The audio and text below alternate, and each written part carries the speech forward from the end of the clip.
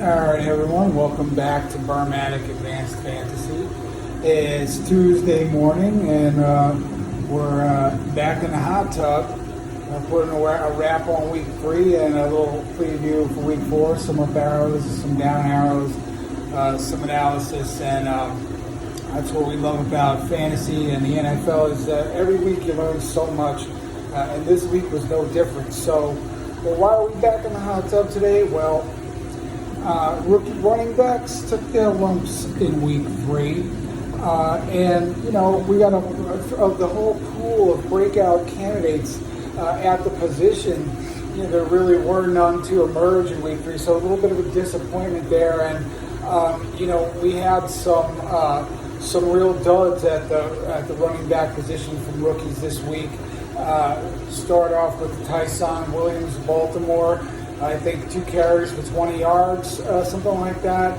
Very meager stat line against the Lions. We're kind of expecting a big day there. So that was a bust. Trey Sermon with the starting opportunity out in San Francisco. Didn't really do much spectacular there. A little bit of a bust there. Not sure what's going to happen with that backfield going forward, especially once Elijah Mitchell comes back. Kenneth Gainwell last night against Dallas, nice matchup.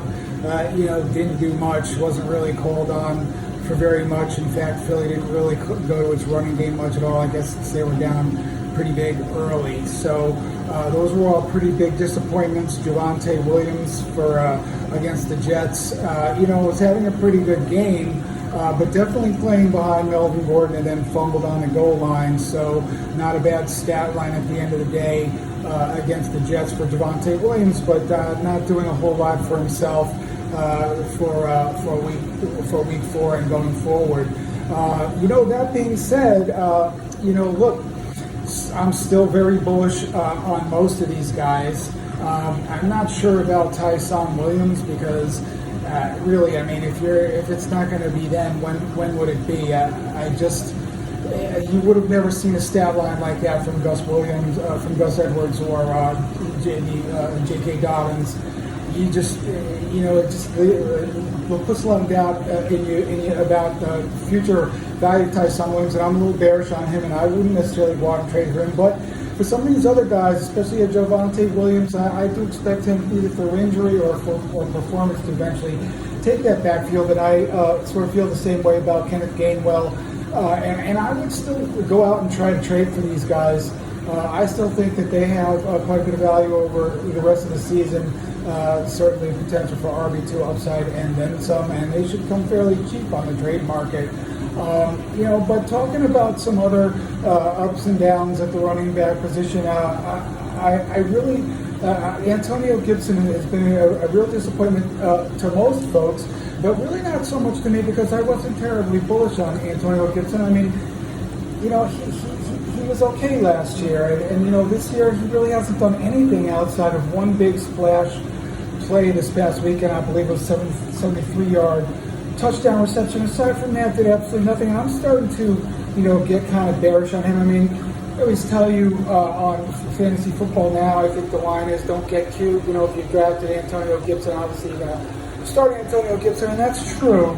But I'd start to look at his guys behind him, like Jaret Patterson. He was a guy who had a nice preseason and it looks pretty electric there.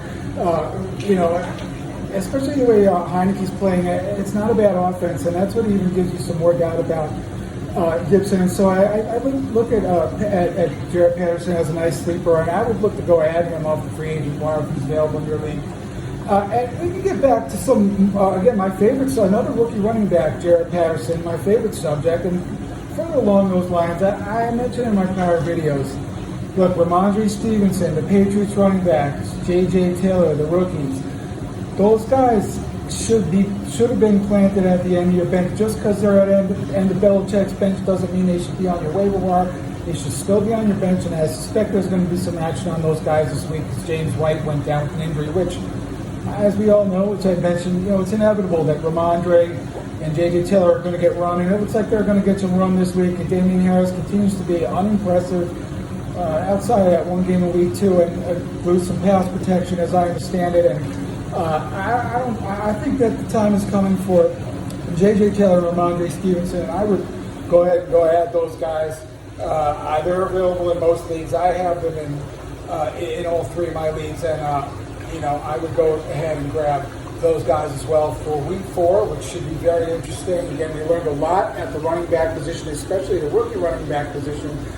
Most notably that Javonte Williams is not going to be the lead back in Denver just yet. So, we'll bookmark that, and I would then go out and trade for Javonte Williams if you have somebody who you're not loving on your bench, maybe a Will Fuller or a Cole Beasley or something like that. So that's it for now for Burmatic Advanced Fantasy. Thanks for tuning in.